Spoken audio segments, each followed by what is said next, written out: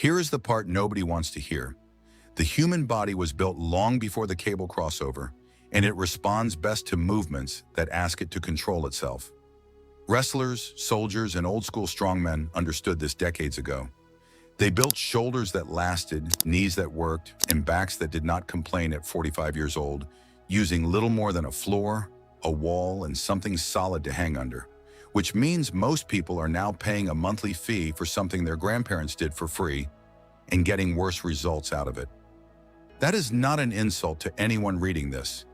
It is just what happens when an entire industry convinces the world that strength lives inside machines. It does not. It never did. So here is what happened. Every machine, every fancy program, every complicated split got dropped for 5 old-school exercises. No equipment, no membership, no excuses left standing. And within a few weeks, something strange started happening. The joints stopped aching, the posture straightened out on its own, and the strength that showed up was the kind that actually carries over into real life. Stick around to the end, because the way these 5 fit together matters more than any single one of them on its own. The Hindu push-up is one of those movements that looks strange the first time you see it, and then makes perfect sense the moment you try it. Wrestlers in India have been training this way for generations, long before anyone thought of building a bench press, and they kept it because it keeps the shoulders, the hips, and the spine moving the way they were built to move. Most people who try it turn it into a rushed swimming motion, throwing the body forward and yanking it back. And that is exactly where all the value disappears. Slow it down and it becomes something completely different. What makes this one special is that it builds strength through a full arc instead of a single straight line. So the chest, the shoulders, and the arms work hard, while the lower back and the hips quietly open up at the same time. Start with the feet a little wider than the hips, hands flat on the floor, hips lifted high so the body looks like a mountain. From there, bend the elbows and dive the chest forward close to the ground, brushing just above it, then sweep upward until the chest is open.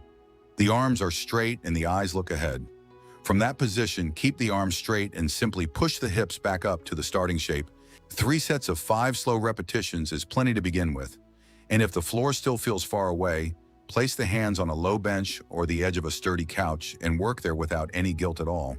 Keep the neck relaxed, let the breath lead the movement, and treat every repetition as a small journey, rather than a rep to be counted. Anyone who spends the day hunched over a keyboard or a steering wheel will feel the difference within a week, because this one gives the front of the body room to breathe again. That new freedom in the shoulders is the quiet gift here, and it shows up immediately in what comes next. Almost every home workout has the same hole in it, and here it is. Plenty of pushing, almost no pulling. The horizontal pull-up fills that hole completely, and it does not require a fancy machine to make it happen. All it takes is something solid to hang under at roughly waist height. Whether that is a low bar at the park, a fixed railing, a set of suspension straps anchored properly, or a heavy, well-built table that does not shift when it is tested. This is where posture is genuinely built, because it wakes up the muscles between the shoulder blades that spend the entire day being ignored, and those are the ones that pull the shoulders back where they belong. Set the body underneath the bar with the chest roughly beneath it. Take a firm grip with both hands. Keep the body in one straight line from the shoulders down to the heels. Then pull the chest up until it meets the bar. Lower slowly all the way until the arms are completely straight again. 3 sets of 6 to 8 controlled repetitions is a strong place to begin. And the real beauty here is that the difficulty is adjusted just by moving the feet. Walk the feet in and bend the knees to make it lighter. Walk them further out to make it heavier. And that single setup covers years of progress. 2 rules matter above everything else. Test whatever is being used with a firm, hard tug before trusting it with body weight, and drive the elbows backwards along the ribs instead of yanking with the hands. That balance between pushing and pulling is exactly what makes the lower body work coming next feel so much easier to control. Here's the movement that separates people who look fit from people who actually are. The Hindu squat has been used by wrestlers for centuries as a conditioning test, and the reason is simple. It demands strength, rhythm, and lungs all at the same time.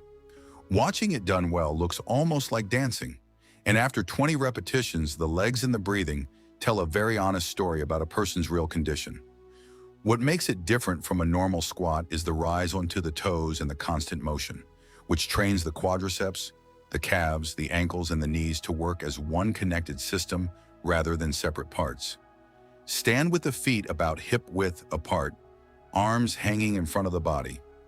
Drop the hips straight down while the heels lift and the weight rolls onto the balls of the feet, letting the arms swing back naturally. At the bottom, the fingers brush near the floor, then drive up through the toes and pull the arms forward as the body rises. 2 sets of 10 smooth repetitions is a fair start, and honestly, that is harder than it sounds when the pace stays steady and the feet never stop moving. Anyone with cranky knees should keep the range shallow at first, going only halfway down, and let the ankles earn the depth over time rather than forcing it. Focus on rhythm above everything else, breathing out on the way up and in on the way down, treating the whole set as one continuous wave instead of 10 separate squats. That conditioning effect is the hidden bonus here, and it becomes very obvious the moment the body has to hold a position instead of moving through one. After all that pushing and squatting, the body starts leaning into a shape most people already live in. Shoulders rolled forward, chest closed, hips tight from sitting. The reverse tabletop hold is the antidote, and it costs nothing but a patch of floor. Sit down, plant the hands behind and the feet in front, lift the hips, and the entire front of the body gets stretched open while the entire back of the body gets to work. This one hits the glutes, the hamstrings, and the whole back line hard, and at the same time it stretches the chest, the hip flexors, and the front of the shoulders, which is exactly the combination a desk-bound body is starving for. Sit on the floor with the knees bent and the feet flat, hands planted behind the hips with the fingers pointing toward the feet. Press down through the palms and the heels. Lift the hips until the torso and the thighs form one flat line like a table, and hold that shape there. 3 holds of 20 to 30 seconds is a solid starting point, with a full minute of rest between them, because this position gets loud very quickly. The 2 mistakes to avoid are letting the hips sag toward the floor and letting the head drop backwards without control. So keep the chin gently tucked and the glutes actively squeezing the whole time. If the wrists complain, turn the fingers slightly outward or make fists and press through the knuckles instead. That skill of holding tension without moving is the door to something even more demanding, and it is waiting right around the corner. There is no equipment simpler than a wall, and no exercise more honest than sitting against one. The wall sit has been used by coaches, physiotherapists, and military instructors for decades because it strips everything down to a single question. How long can the legs hold a position that has nowhere to hide? 30 seconds in, the answer usually arrives on its own. The value here is time under tension, which builds real endurance in the quadriceps and teaches the knees to be stable in the exact range where most people feel weak going downstairs or standing up from a low chair. Stand with the back flat against a wall, walk the feet forward about 2 steps, then slide down until the thighs are parallel to the floor and the knees sit directly above the ankles. Keep the whole back pressed into the wall, the arms relaxed at the sides or folded across the chest, and simply breathe. 3 holds of 30 seconds is a fair starting point, resting a full minute between each one, and there is no shame in stopping at 20 seconds on day 1. Once that feels manageable, take a weight in each hand and let the arms hang straight down along the body, which loads the legs harder without changing the position at all. A pair of dumbbells works, and so does a heavy backpack held by the straps or 2 full water bottles. Easier option, slide down only part way and keep a higher angle at the knees.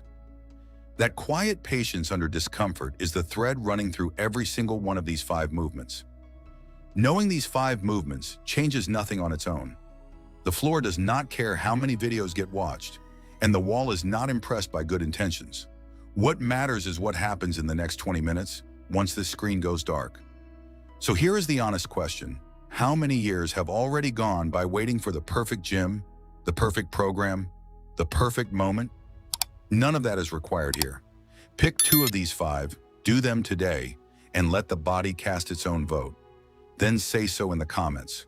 Which one looks hardest and which one is starting today? If this changed the way old school training looks, hit subscribe and turn on the notifications.